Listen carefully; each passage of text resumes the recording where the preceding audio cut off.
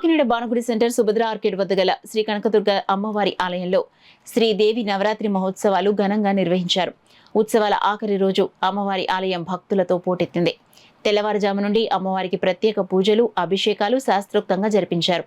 ఆలయ అర్చకులు గోవింద శర్మ అమ్మవారికి అభిషేకాలు, కుంకుమ పూజ కార్యక్రమాలు వైభవంగా జరిపించారు. పెద్ద సంఖ్యలో భక్తులు తరలివచ్చి అమ్మవారిని దర్శించి పూజలు చేశారు.